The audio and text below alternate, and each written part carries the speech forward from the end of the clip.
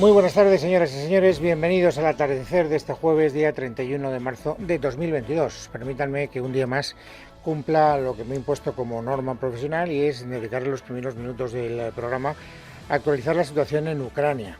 Ayer les decía que después de unas horas previas de cierto optimismo, ese optimismo parecía que se diluía y se empezaba a confundir con un aspecto un poco más sombrío, porque empezaba a detectarse que la sinceridad de Rusia, que hacía unas horas había dicho que iba a disminuir la intensidad de su ataque y que iba a replegar tropas y que iba a permitir una negociación con Turquía como mediador más relajada y más, en fin, optimista, era nada más que un ardid, nos decían ayer tanto fuentes ucranianas como norteamericanas.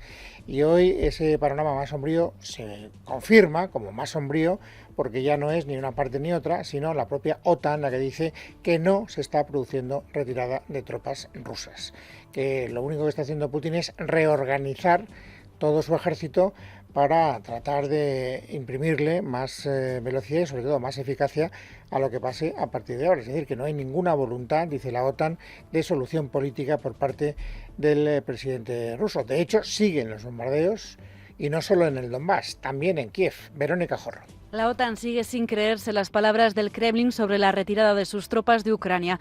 Su secretario general, Jens Stoltenberg, se ha mostrado escéptico con las intenciones de Rusia de negociar una salida pactada de la guerra y ha avisado de que no se perciben cambios en el terreno y solo una reorganización de las posiciones rusas.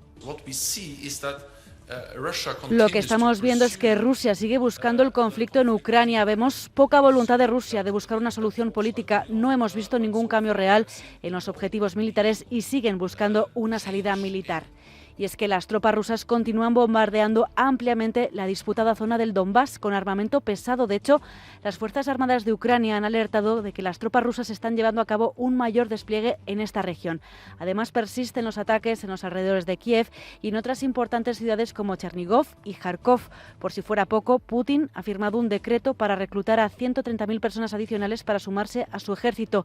Y según se desprende de lo que ha dicho hoy el primer ministro italiano Mario Draghi, Putin no tiene por el momento la intención de ordenar un alto el fuego. Presidente Putin ha sustancialmente... Explica Draghi que ha mantenido hoy una conversación telefónica con Putin y el mandatario ruso le ha trasladado que las condiciones aún no están maduras para un alto el fuego en Ucrania. Sin embargo, sí que ha permitido un alto el fuego temporal que ha comenzado a las 10 de la mañana en la castigada ciudad de Mariupol.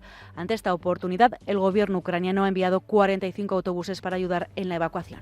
Bueno, y si nos centramos a partir de ahora en lo que ocurre en nuestro país, les diré, y se lo diré con intentando medir, digamos, las palabras y también mis sentimientos, que hoy es uno de esos días en los que lo que me sale es decir, miren, con harto dolor de mi corazón, creo que tenemos un gobierno que no tiene ni la más remota idea de lo que está haciendo, o que si lo sabe se está confundiendo mucho, está desbordado, no tiene ningún control sobre la situación que se está empezando a configurar en nuestro país. Voy a tratar además de argumentarlo, naturalmente no se trata de, es mi opinión personal, eso ya queda claro, no hace falta que lo aclare, eso es lo que a mí me parece una vez que he contemplado las últimas novedades informativas. A ver, ustedes recuerdan muy bien, porque es muy reciente, que ayer el presidente del gobierno, en su comparecencia en el Congreso de los Diputados, decía: yo quiero unidad, quiero favorecer una política de unidad, quiero diálogo con todos, todos a una, dijo, le faltó decir como Fuente Ovejuna. Y era muy llamativo porque era evidente que sus conductas anteriores no habían favorecido la unidad. Él había actuado unilateralmente en muchos aspectos y en otros solo bilateralmente, pero nunca multilateralmente. Él no ha negociado nada. Por ejemplo, el decreto ley de las medidas económicas con todos los actores de la vida parlamentaria. Solo ha incluido las demandas que reclamaba Unidas Podemos, que es su socio de gobierno. Bueno, por lo tanto, ayer chocaba mucho esa pretensión del gobierno de decir: quiero ser el adalid de una política mancomunado entre todos, es decir, de unidad. Hoy han ocurrido dos cosas que, si alguien tenía todavía la venda en los ojos, puede contribuir a que esa venda se les caiga de los ojos.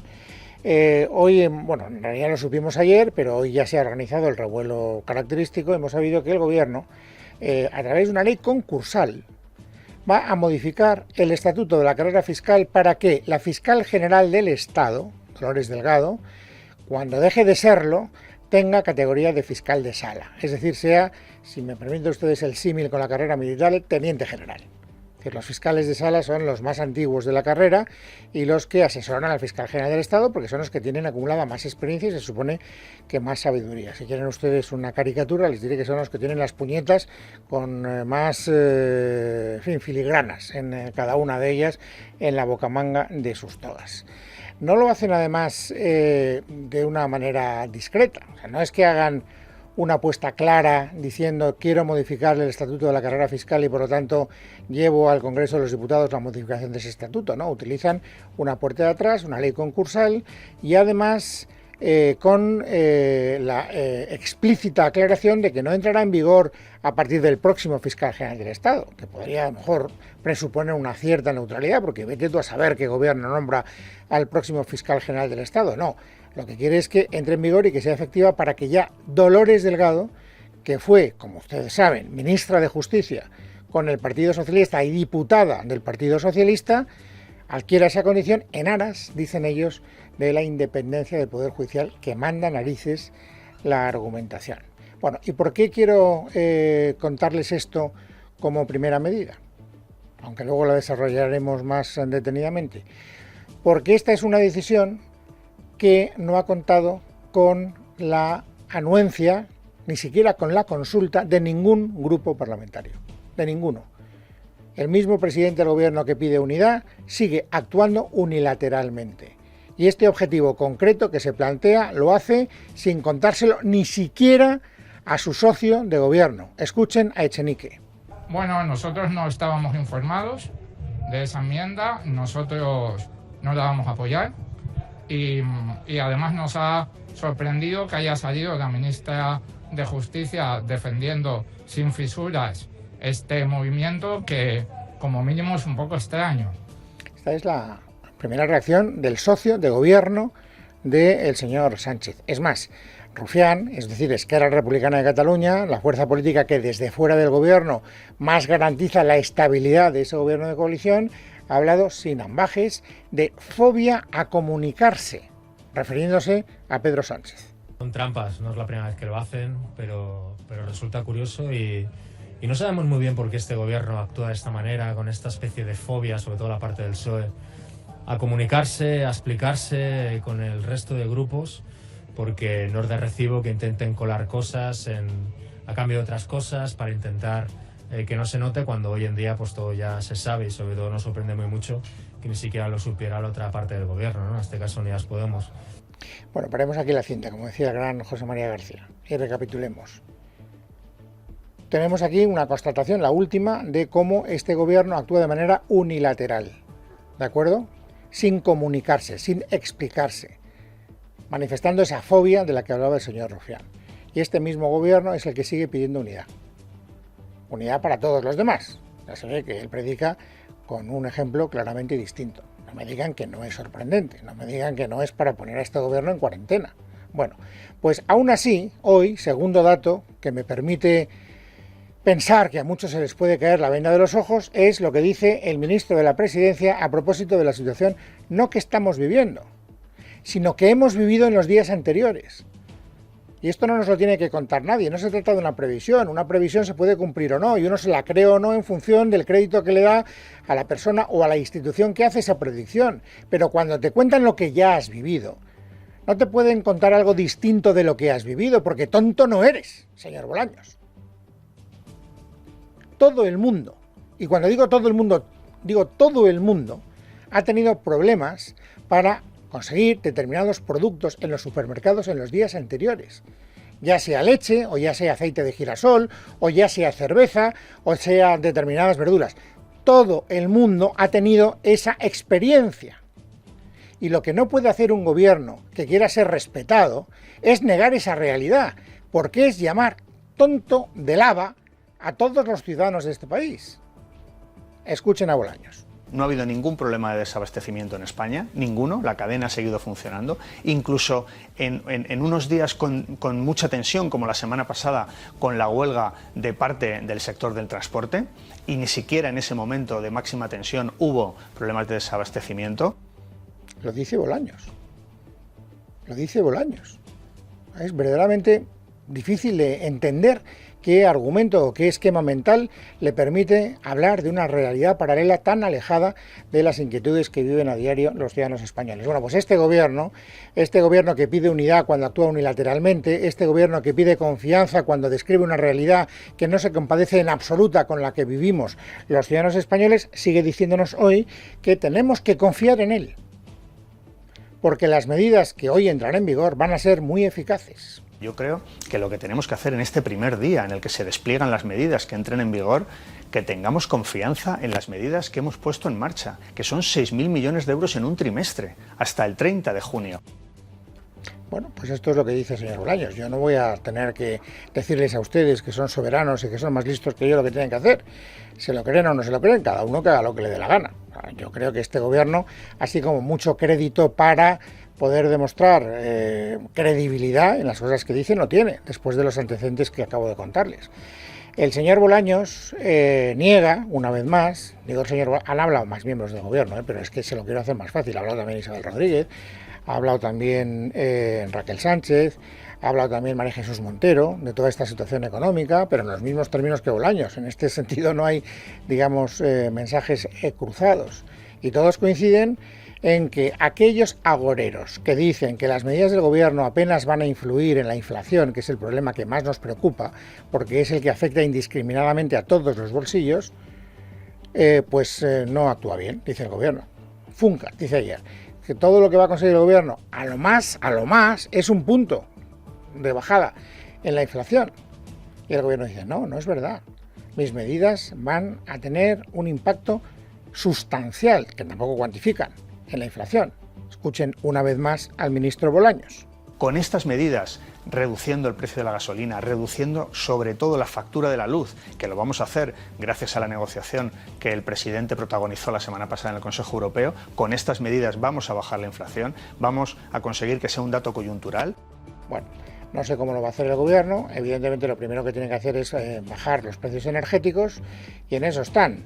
Hoy hemos tenido una filtración interesante, ya confirmada, primero era una filtración, pero hace pocos minutos lo ha confirmado la profesora Teresa Rivera. La filtración se había producido en un periódico portugués que se llamaba Público y había dicho que tanto España como Portugal iban a trasladarle a la Comisión Europea la propuesta de topar en la península ibérica el precio del gas en 30 euros, que curiosamente es la propuesta que llevaba haciendo desde hace varias semanas la señora Belarra, en nombre de Podemos. Por eso hoy ha sido ella la primera en salir a la palestra y colgarse la medalla.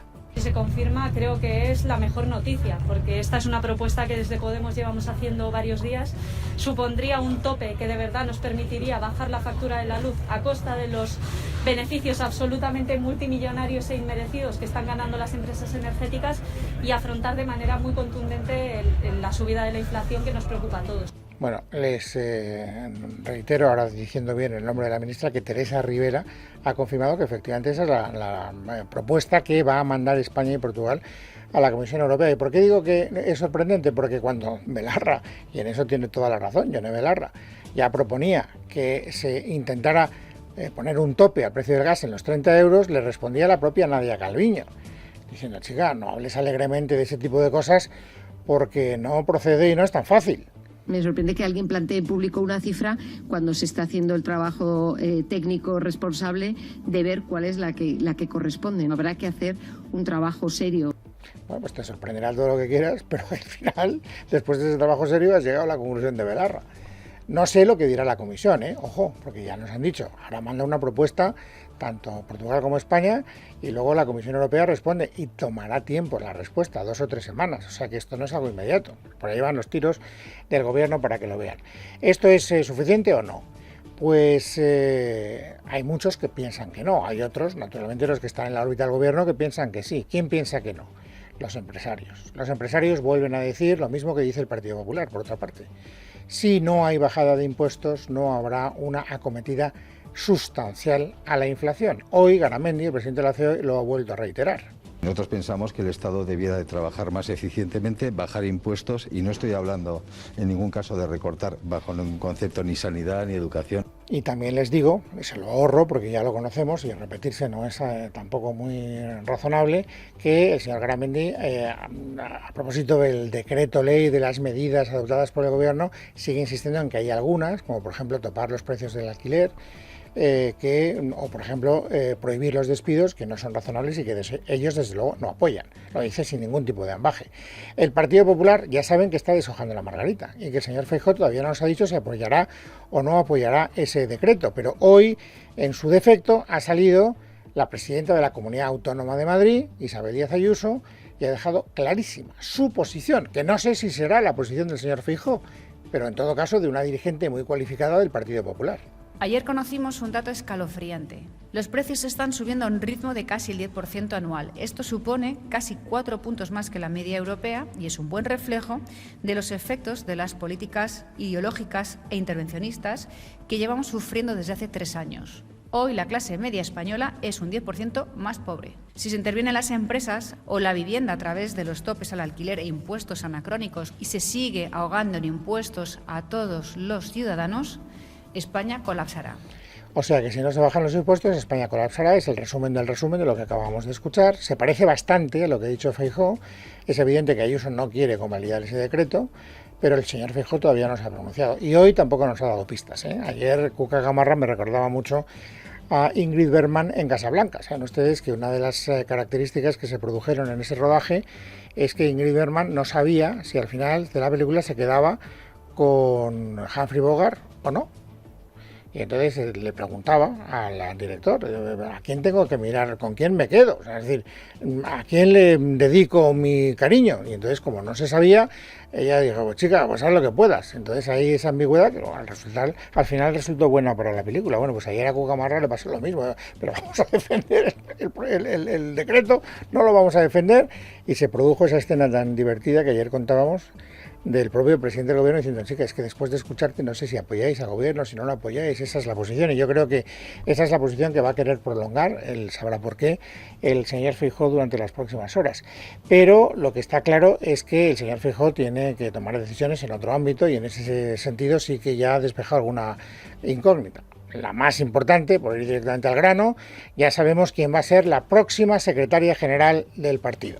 Mi propuesta es Cuca Gamarra para la Secretaría General del Partido Popular para los próximos años. ¿Por qué? Porque es una persona preparada, porque es una mujer que tiene una dilatada experiencia política, porque es una persona dialogante. Por tanto, ha servido a España y ahora le voy a pedir, si el Congreso lo autoriza, que también dedique la mayor parte de sus compromisos a servir al Partido Popular. Deduzco, pero es una deducción, por lo último que dice el señor Feijóo, que su plan es que compatibilice los dos cargos, porque ha dicho pedirle, si el Congreso lo autoriza, que se dedique también a la Secretaría General del partido. Es decir, insisto, deduzco, pero es una deducción de lo que acaban ustedes de escuchar, que la idea de Feijóo es no nombrar una nueva portavoz o un nuevo portavoz, sino mantener a Gamarra como portavoz y además encargarle a la Secretaría General del partido. Insisto, lo único que sé es lo que acabo de escuchar, ¿eh? Ustedes a lo mejor lo han entendido de una manera distinta y a lo mejor más correcta que yo. Lo que está claro es que Gamarra ya ha dicho que sí, que encantada de aceptar el reto. Como yo creo que ya todos ustedes saben, yo soy una mujer de partido, una mujer del Partido Popular, siempre disponible para aquellas labores en las que pueda ser útil y me necesite mi partido. Y por tanto, pues ahí nuevamente voy a estar ilusionada, pero muy consciente también de la responsabilidad que supone en estos momentos. Bueno, ni Gamarra ni Feijóo, hasta donde yo sé, si me equivoco de buena fe, han dicho absolutamente nada de lo que les contaba al principio del programa de esta decisión del gobierno de garantizarle a Dolores Delgado un puesto en el selectísimo club de los fiscales de sala, es decir, de los seniors, de los tenientes generales de la carrera fiscal, por seguir con el símil que antes utilizaba. Quiero ahora contárselo con un poquito más de detalle, tampoco mucho más, pero creo que hay algunas cosas que sí que debemos saber para que veamos hasta qué punto el gobierno tiene un morro que se lo pisa, eso sea coloquialmente. Le han preguntado a la ministra de Justicia, ¿por qué hace usted eso? ¿Por qué de repente utiliza una ley concursal y quiere introducir esta enmienda a lo que establece el Estatuto de la Carrera Fiscal. Respuesta de Pilar Llop. Esta necesaria reforma de regeneración democrática en nuestro sistema para garantizar la independencia y la mayor autonomía de la Fiscalía, de la Fiscal General en este caso, a la hora de tomar decisiones, sea quien sea la persona designada como fiscal, se ha introducido en la norma que está más avanzada en la Comisión de Justicia, porque no puede tramitarse, lógicamente, en otra comisión, porque tenemos un compromiso con el grupo Greco. Ya.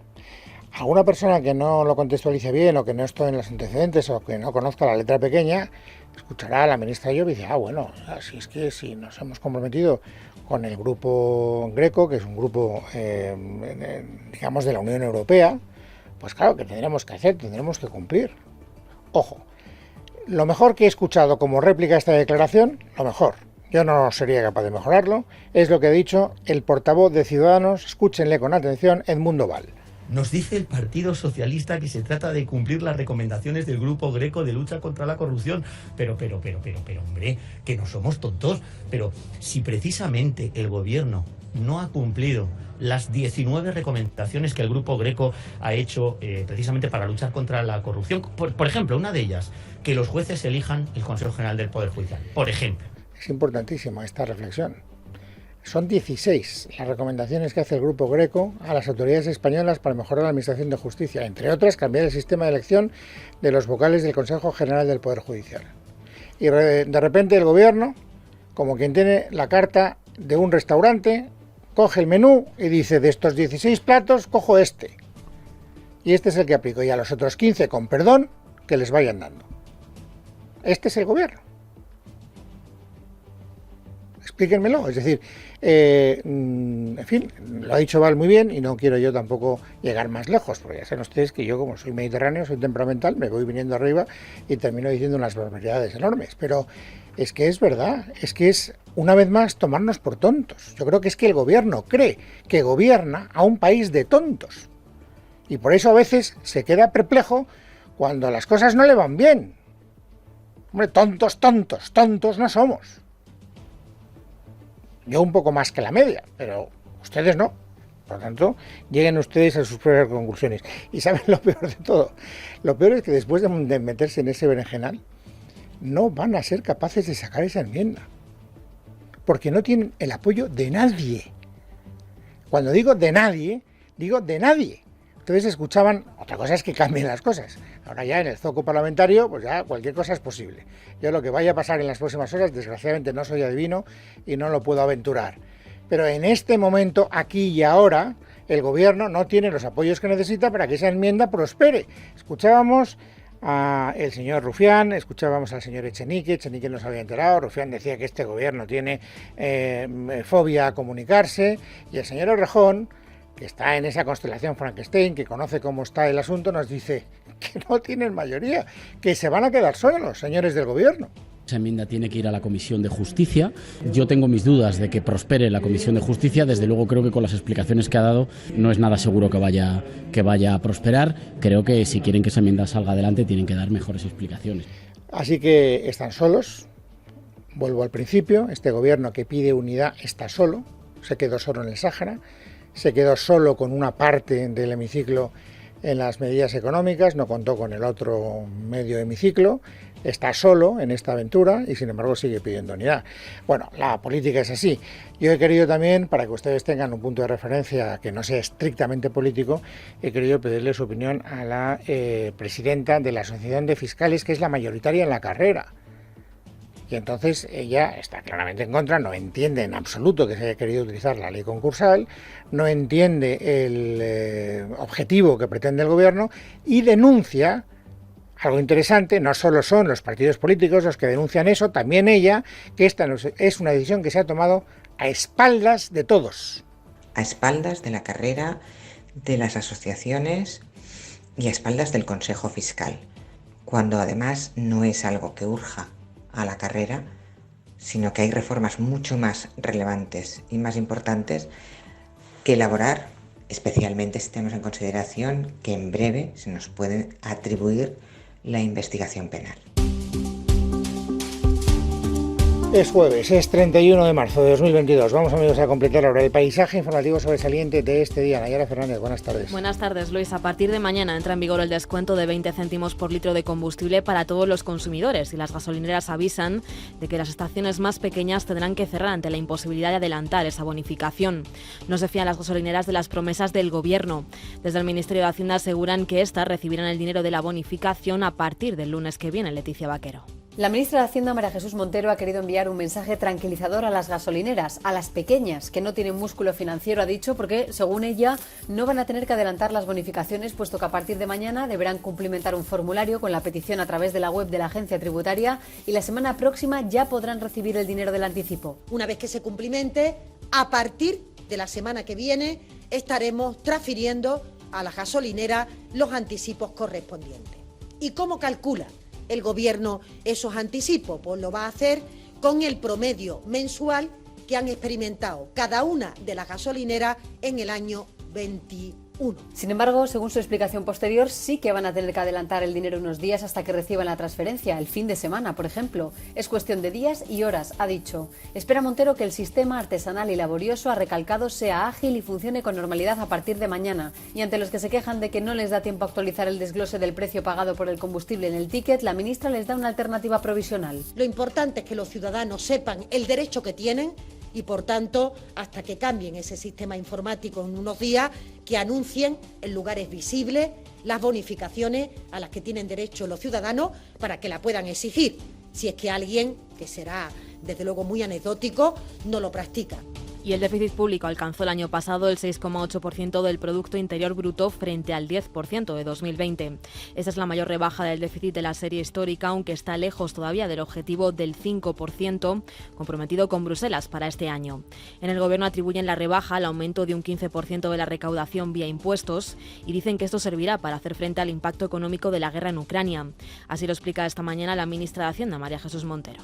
Y es esta holgura la que nos permite, entre otros instrumentos, afrontar ahora los retos derivados de la guerra de Ucrania con mayores garantías para nuestras cuentas públicas y, por tanto, con un margen para aplicar un plan ambicioso que incluye, como habrán podido ver, rebajas fiscales y también bonificaciones del combustible para ayudar a la ciudadanía y al sector productivo. También se ha publicado hoy el dato de deuda pública. Según el Banco de España, este aumento en todas las administraciones, aunque mejora la previsión del Gobierno y se sitúa en el 118% del PIB. Y este jueves ha entrado en vigor la reforma laboral después de los 3 meses que dio el Gobierno a las empresas para adaptarse a la nueva legislación. Ya no se podrán hacer contratos por obra y servicio y habrá que justificar la causa para contratar de manera temporal. El presidente de la COE, Antonio Garamendi, ha criticado que el Ejecutivo se salte la legislación que hoy entra en vigor con el veto al despido recogido en el plan de choque del Gobierno. Hoy entra en vigor la reforma laboral. Nosotros hemos negociado esa reforma. Hay una parte que es la parte que afecta a los ERTES y concretamente no tiene mucho sentido que 2 días antes se salte el Gobierno, en este caso el Ministerio de Empleo, la reforma laboral, el acuerdo que tenemos con respecto a los ERTES y directamente se inventen lo que se acaban de inventar. Y más cosas porque hoy hemos sabido que el Tribunal Supremo investigará al diputado del PP, Alberto Casero, por presuntas irregularidades en varios acuerdos y contratos que realizó como alcalde de Trujillo. La Fiscalía del Alto Tribunal entiende que puede existir un delito de prevaricación y malversación. Miguel Ángel Pérez. La exposición elevada al Tribunal Supremo por el Juzgado de Primera Instancia e Instrucción de Trujillo considera que los acuerdos y servicios suscritos por el diputado del PP Alberto Casero cuando era alcalde de la localidad podrían constituir indiciariamente un delito continuado de prevaricación administrativa. La Fiscalía, según recoge el auto del Supremo, entiende además que también hay indicios de un delito de malversación. Casero, licenciado en Derecho, fue alcalde de Trujillo entre el 2011 y 2019. Ha sido senador y es miembro del Comité Ejecutivo Nacional del PP. Saltó a la primera plana informativa por su supuesto error al votar a favor de la reforma laboral del Gobierno en el Congreso de los Diputados. El Supremo indica que los hechos recogidos en la exposición razonada y atribuidos a la persona aforada podrían ser constitutivos de delito en una valoración que considera necesariamente muy provisional por el momento procesal en que se encuentra el asunto. El Supremo expone también que es necesaria la investigación de estas actuaciones, que procede a asumir la competencia y acordar la incoación aprobación del oportuno procedimiento, siendo designado instructor el magistrado Andrés Palomo. Por otro lado, en vísperas de que se resuelva la cuestión prejudicial sobre la euroorden del expresidente catalán Carles Puigdemont, hoy hemos conocido un dictamen muy relevante del abogado general del Tribunal de Justicia de la Unión Europea. Según este, una euroorden no debe denegarse por no estar penado en el país el delito por el que se pide la entrega. Esmeralda Ruiz. Será el próximo martes cuando los 15 jueces que componen la gran sala del Tribunal Europeo estudien las preguntas trasladadas por Pablo Llarena para esclarecer el alcance de las euroórdenes. Dice Anastasios Rantos, abogado general, que una euroorden no debe denegarse con el argumento de que en ese Estado miembro no se sancione alguno de los hechos castigados como delito único en el país que reclama la entrega de la persona. Además, concurre el requisito de doble tipificación en el marco de una orden europea de detención y entrega cuando el interés protegido por el derecho del Estado miembro de ejecución es similar al protegido en el Estado miembro emisor. Si el TJUE estableciera que Llarena tiene razón en su planteamiento, Bélgica tendría muy difícil negar la extradición de Puigdemont a España. Y terminamos contándoles que la Guardia Civil ha detenido a un menor como responsable de la muerte de una mujer de 41 años que fue hallada muerta con signos de asfixia ayer en su casa, en Las Rozas. La víctima era pareja del abuelo del joven de 15 años y convivía con él y con otro nieto en el domicilio. Sergio Veras. La Guardia Civil ha detenido a un menor de edad de 15 años acusado de acabar con la vida de una mujer de 41 que era la pareja de su abuelo. La señora fue hallada sin vida ayer miércoles por la tarde en la bañera de su casa situada en la Avenida de la Constitución en el municipio madrileño de Las Rozas. La mujer fallecida convivía desde hace 3 meses con un hombre de 64 años y los nietos de él, de 15 y 13 años respectivamente. Fue el más pequeño de los nietos quien encontró a la pareja de su abuelo en la bañera y con signos de ahogamiento producidos por el cable de una plancha. El menor avisó de inmediato a su abuelo y alertaron a los servicios de emergencia. Tras el aviso se personaron en el lugar sanitarios del SUMA 112 que solo pudieron confirmar el fallecimiento de la mujer. El presunto autor, el nieto de 15 años, salió del domicilio con una mochila que la policía trata de encontrar y que se sospecha que pudiera llevar ropa y otros enseres. Gracias a las cámaras de seguridad, el menor fue localizado posteriormente en las inmediaciones y detenido por los agentes de la Guardia Civil, que se hace cargo ahora de las investigaciones. En casa de Herrero. Es Radio. ¿Deseando fruta con más vida? Te presentamos Apil, la nueva protección invisible de origen vegetal para una mayor duración de la fruta. Busca las bolsas etiquetadas de Apil para disfrutar de cítricos más duraderos. Ahora disponible en Eroski.